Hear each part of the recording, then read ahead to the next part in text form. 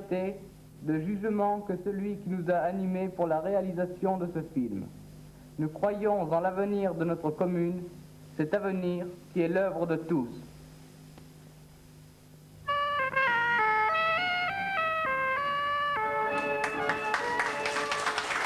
Voilà, cet extrait du film de Drou est en fait la conclusion d'un document qui fait à peu près 1 heure et qui raconte la vie d'un village et de ses habitants. Alors, monsieur le maire de Drou est avec nous aujourd'hui. Je vous demande de l'accueillir aussi chaleureusement, ainsi que tous les habitants de Drou qui se sont déplacés au Flashback Café. Jean-Claude Fauvet, bonjour. Bonjour. Alors, venons tout de suite à la genèse de l'histoire, mais présentons Drou. Où est Drou?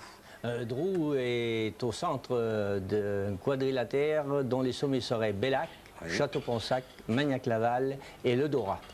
Alors, comment est né ce film en 1967? Quelle est la genèse de l'histoire? Eh bien, tout simplement, nous avions une amicale laïque et un club de jeunes, parce que les clubs de jeunes existaient à ce moment-là, oui, hein, et alors que maintenant ce sont des clubs du 3e âge à Drou. Donc nous avions à ce moment-là beaucoup de jeunes, oui, et ces jeunes, pour les intéresser, nous avions cette amicale qui s'occupait pour faire soit de la photographie, soit des danses folkloriques, soit du ping-pong, nous sommes allés au championnat de France à Lons-le-Saunier, soit les films que nous avons réalisés. Alors, ce sont les jeunes. Dans quel but les jeunes avaient-ils réalisé ce film? Sans but aucun, ou en se disant, ben, un jour, ça nous fera peut-être plaisir de revoir les images? D'abord, ils étaient très intéressés pour parler de leur village, oui, de leur commune, et puis aussi pour qu'il reste quelque chose pour les siècles à venir sur Drou. Alors, l'intérêt de ce film, 35 ans donc après, c'est aussi de montrer des activités, comme vous l'avez dit, ou des lieux qui n'existent plus, qu'on ne verra plus, et qui témoignent de certains moments de notre histoire, qui témoignent, voilà, par exemple de tristes moments de notre histoire. On va le voir, je crois, dans quelques instants. Il y a une traction qui est le témoignage de la résistance, voilà, en basse marche. Oui, là nous venons de voir le château de, oui, Planche-Courte, hein, oui, et puis la résistance en 1944, nous avons un haut lieu, plusieurs hauts lieux. Il y a la Croix des Martyrs, mais aussi il y a à la Brousse le mémorial, voilà, la Croix des Martyrs, oui, que vous avez ici, hein, où les nazis, les miliciens plus exactement, ont fusillé femmes et hommes. Hein, et voilà là, le monument de la Brousse, ancien, parce que maintenant il est complètement changé, l'attraction n'existe plus, c'est, oui, un monument, un mémorial qui existe, et là les miliciens, les Allemands avaient assassiné les résistants. Alors il y a 35 ans, il y avait sur votre commune entre 70 et 75 exploitations agricoles, je crois. Aujourd'hui, vous en recensez combien? Il faut en recenser une vingtaine. Oui. Et elles se sont regroupées, les propriétaires sont toujours à peu près les mêmes, mais ils ont regroupé, ils ont affermé, n'est-ce pas, leurs propriétés. Et dans chaque village, il y a un ou deux fermiers. On reparlera de ça tout à l'heure, on reparlera de la topographie, notamment de la commune. On va rester à la ferme, si vous le voulez bien, oui, chez Monsieur Dauge. Ah. Et on va retrouver à Roux Monsieur Dauge et puis rencontrer quelques habitants. Alors, âme sensible, s'abstenir, parce que c'était un grand jour ce jour-là, le jour du film à Drou. Monsieur Dauge. On élève un cochon. On tue tous les œufs qu'on sont sales. Ah oui, parce que ça n'a pas changé là. Ah, ça c'est toujours la vieille méthode. Il met ça, on met le cochon dans la tine, comme on dit.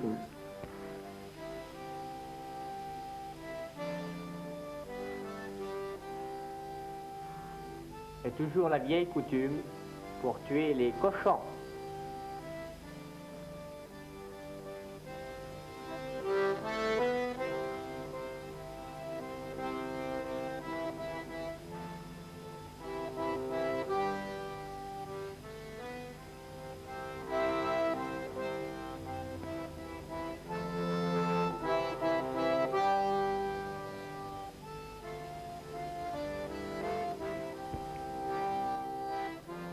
Oui, et les boudins.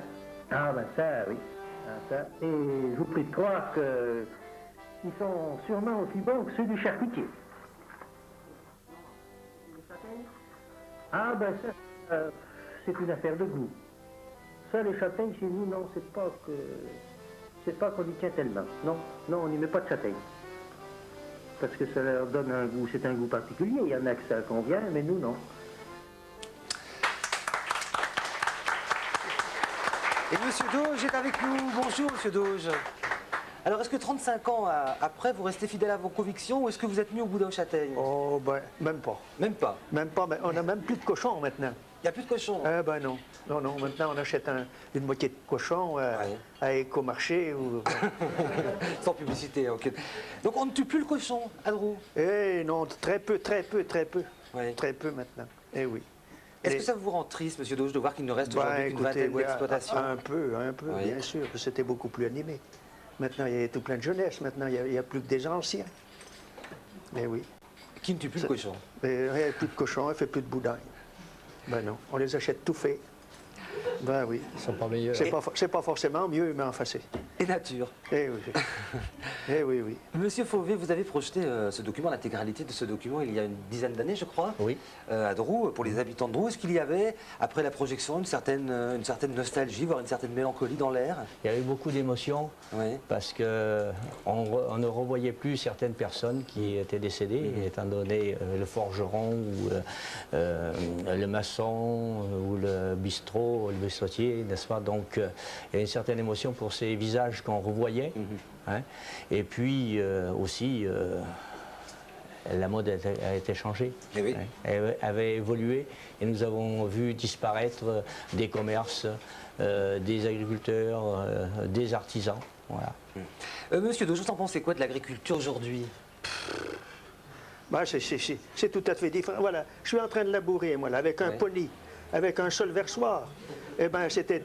Il en avait son plein d'eau, comme on dit. Maintenant, c'est des 100 chevaux avec des 5 ou 6 versoirs reversibles. Alors, ça n'a vraiment rien à voir. Alors maintenant, bon. Alors, vous vous rendez compte maintenant? Ah, donc. Maintenant, ce qu'on voit sur les images, là, ça ne se fait plus, ça. On y crèverait de faim maintenant, opéré de la sorte. Ah non, non, ça n'a plus rien à voir. Alors, Ah non, non, rien.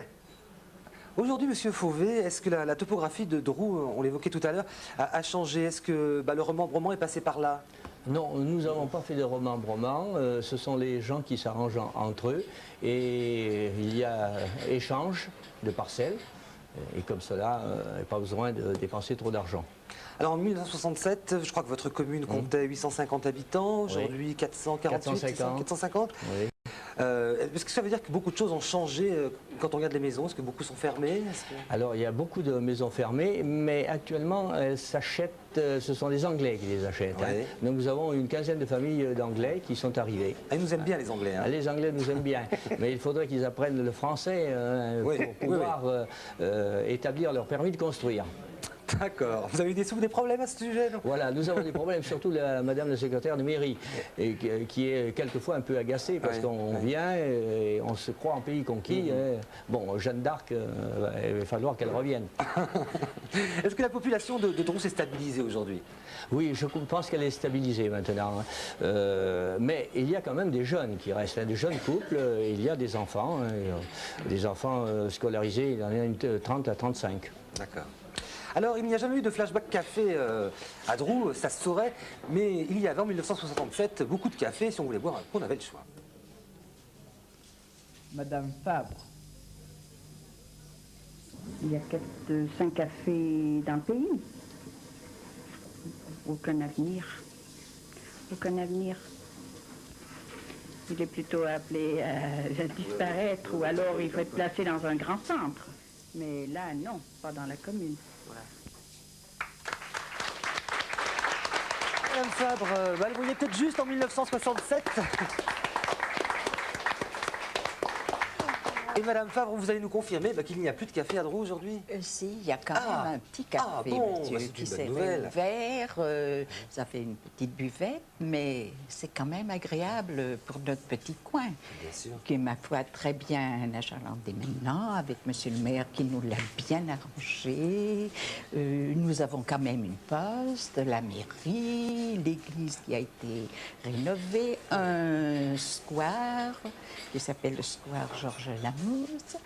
Il y a assez d'activités. C'est bien, vous êtes optimiste, Madame Fabre, je trouve. Parce c'est vrai qu'on parle beaucoup de ce qui n'existe plus, il faut parler aussi de ce qui existe. Un petit peu, quand même. À la place de votre café, aujourd'hui... Eh bien, là, maintenant, c'est mon habitation. D'accord. Voilà. qui est resté comme ça. J'y reste encore, bien sûr. Je peux sortir, alors ça va très bien. Alors, il y a 35 ans, est-ce que vous imaginiez réellement, Madame Fabre, ce que votre commune est devenue aujourd'hui?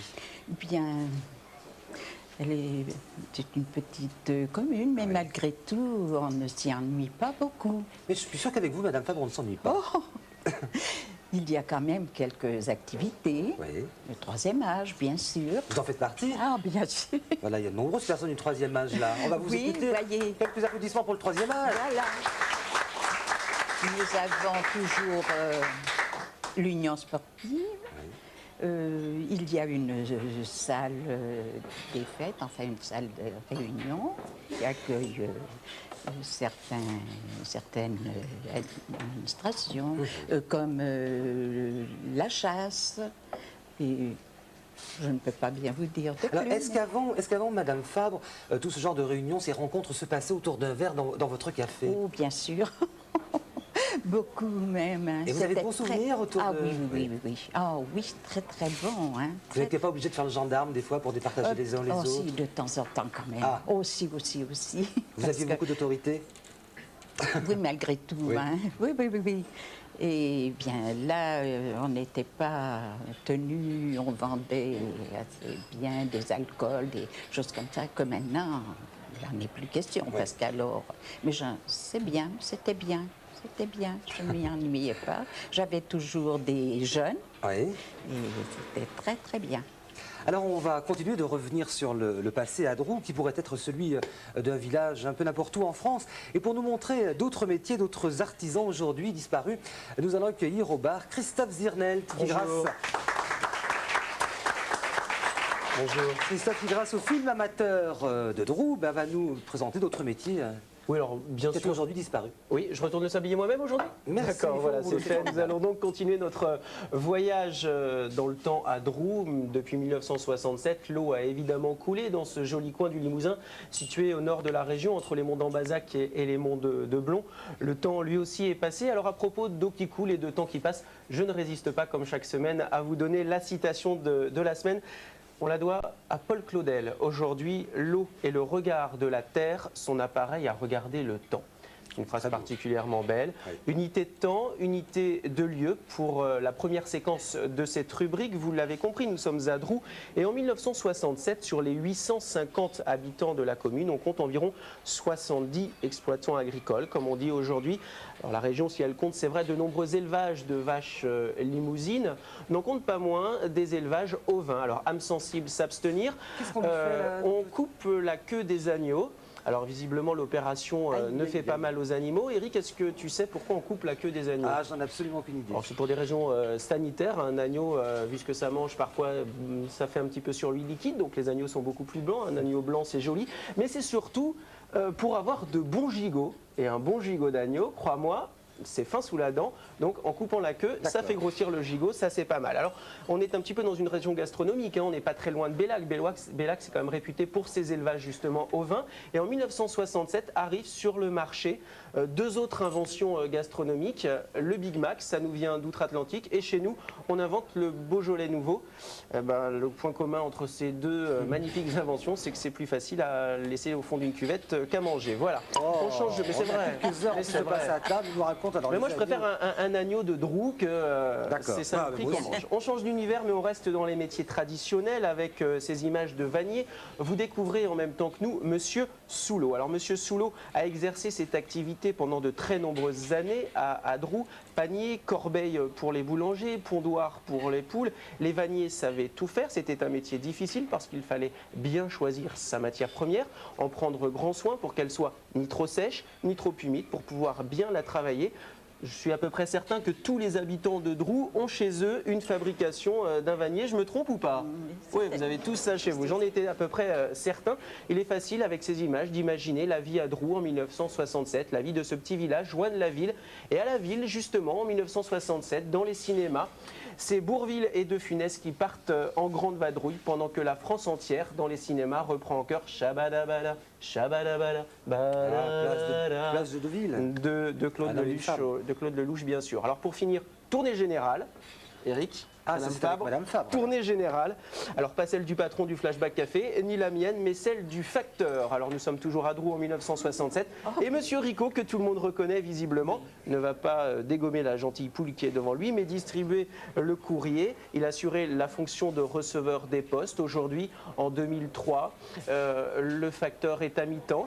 Il n'est plus à plein temps. En tout cas, en 1967, le courageux facteur faisait sa tournée entièrement à pied. Il connaissait bien sûr tous les habitants de la commune de Drou, parce qu'en ce temps-là, on savait prendre le temps, on savait le partager, on savait aussi en donner du temps.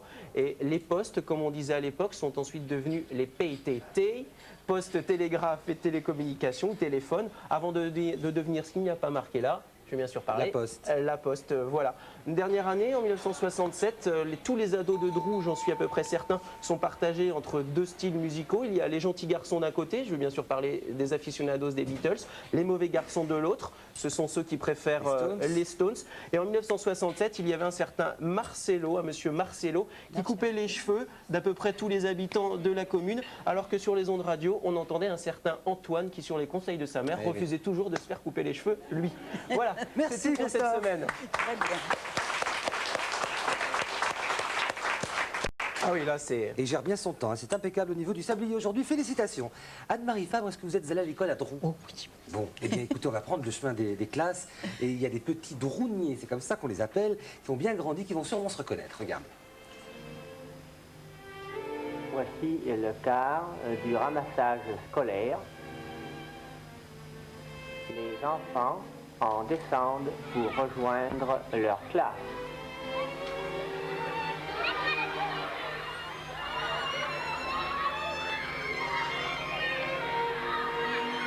Mademoiselle Lambert.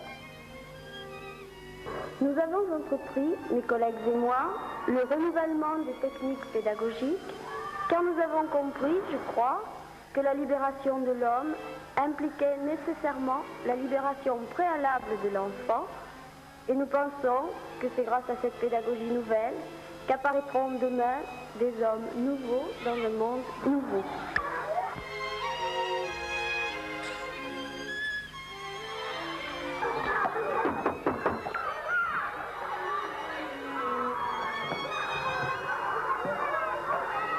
C'est la réunion de la coopérative scolaire. Les enfants débattent des problèmes de l'école.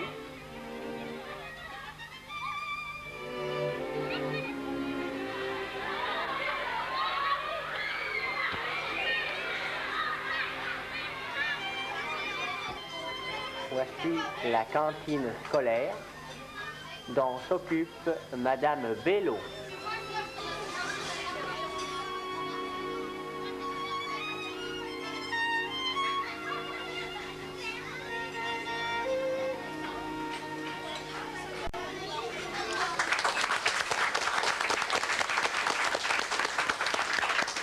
On est bien certain que la soupe de la Marcelle, comme vous l'avez appelée tout à l'heure en voyant ces images, devait être très très bonne. Monsieur Fouvet, vous avez été instituteur à Drou. Oui, je suis né à Drou. Oui. Je suis allé à l'école à Drou.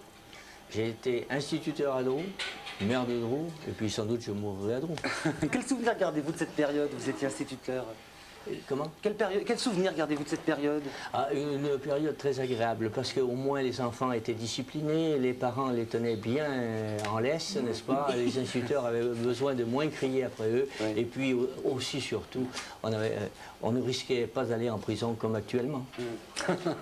Depuis quand, monsieur Fauvet, l'école de Drou est-elle fermée? Une dizaine d'années. Ouais. Et les enfants de Drou aujourd'hui vont à l'école? La situation de Drou fait que les enfants peuvent aller aux 4 chefs-lieux dont je vous ai cité tout à l'heure les noms. D'accord. Alors avec nous une autre habitante de Drou, c'est vous, Madame Bertrand, bonjour. Bonjour. Merci d'être avec nous. Alors vous avez été épicière à Drou, combien d'années? 15. En 67, en tout cas, je vous rappelle que vous l'étiez. 64, 8 ans. Et on trouvait quoi alors dans votre épicerie? Tout. C'est-à-dire, ça allait de quoi à quoi? Oui. À manger, à boire, les fromages, les découpes, les glaces, il y avait tout. C'était bien. Oui, oui, oui. Mais malheureusement, il a fallu céder la place parce que les grandes surfaces sont apparues et puis on ne vendait plus. On est obligé de céder la place. Alors on va retourner dans votre épicerie Drou, 1967. Allez, on va faire nos courses ensemble chez Madame Bertrand. Madame Bertrand, épicière. Dans des petits bourgs comme Drou, on est obligé de vendre un petit peu de tout. Où on travaille le plus, évidemment, c'est aux grandes vacances. Où il y a les Parisiens, les vacanciers qui ont acheté, qui viennent passer leurs vacances ici. On a une vente beaucoup plus forte. D'ici quelques années, nous allons nous retrouver rien qu'avec des retraités, et qui en principe sont au régime. Donc, matière de vente pas formidable.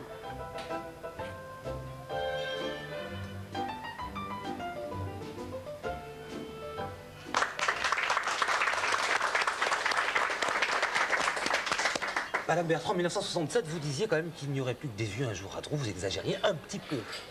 Très peu. Et Monsieur le maire nous l'a dit. Très peu. Même si c'est vrai que le club, le club du troisième âge marche mieux que le club des jeunes. À peine. Nous avons les Anglais pour nous sauver. Voilà. Alors ça, c'est vrai. Tous les coins de Drou, il y a des Anglais. Mais sinon, Drou même, c'est pas drôle.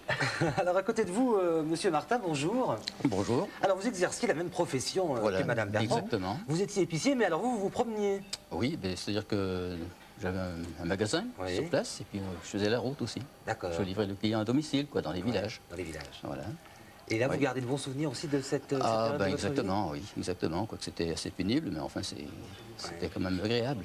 Alors qu'est-ce qu'on pouvait trouver dans votre dans votre camion? Autant de choses que dans la boutique de Madame Bertrand? Oui, depuis la mercerie, alimentation, petite quincaillerie, chaussures, et tout, quoi.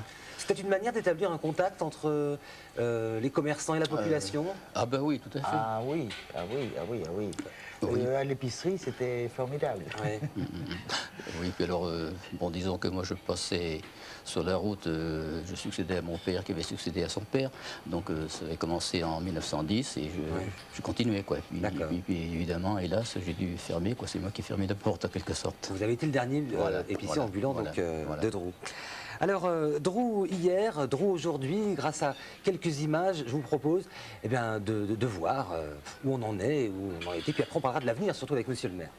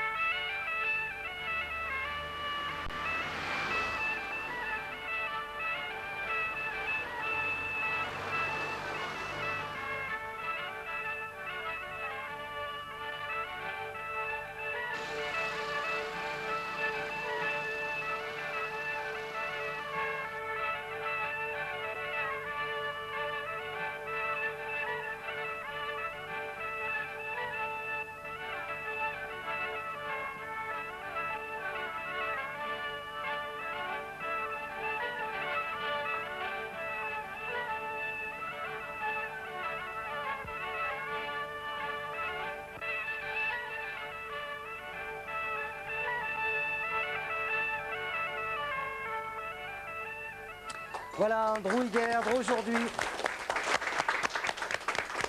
Drou hier, Drou aujourd'hui et Drou demain, Monsieur le maire, sans être voyant, si je vous demandais comment vous voyez Drou dans, je sais pas moi, dans 35 ans, tiens. Et dans 35 ans, vraisemblablement que Drou, la commune de Drou risque de ne plus exister en tant que commune, puisque avec les communautés de communes, nous voyons arriver la disparition de ces petites communes. Démocratiquement, c'est très mauvais parce que l'exemple de la tempête de 2000, on a bien été content, les préfets ou les autres organismes, de trouver les maires des petites communes parce qu'on était auprès de la population pour donner un coup de main. Là, si les communes disparaissent, j'ai dit à mon conseil, nous sommes peut-être le dernier conseil. Oui, je suis un peu pessimiste, mais dans 35 ans, c'est sûr. Bon, bah écoutez, rendez-vous dans 35 ans. Voilà, d'accord. Tout à fait d'accord. Merci, Monsieur le maire. Merci à vous et merci également tu sauras plus ce que tu dis. à tous les habitants de Drou qui étaient avec nous aujourd'hui, qui nous ont permis bien de se souvenir tous ensemble de ce qu'étaient les petits villages il y a donc 35 ans. Merci à tous. Si vous aussi, comme Monsieur Fauvet, vous possédez un film amateur de votre commune, si vous possédez des archives chez vous, venez les faire partager au plus grand nombre et appelez-nous à France 3 au 05 55 04 33 30. Vous noterez le numéro tout à l'heure juste après le générique. Bonne semaine, à la semaine prochaine pour d'autres images. Au revoir.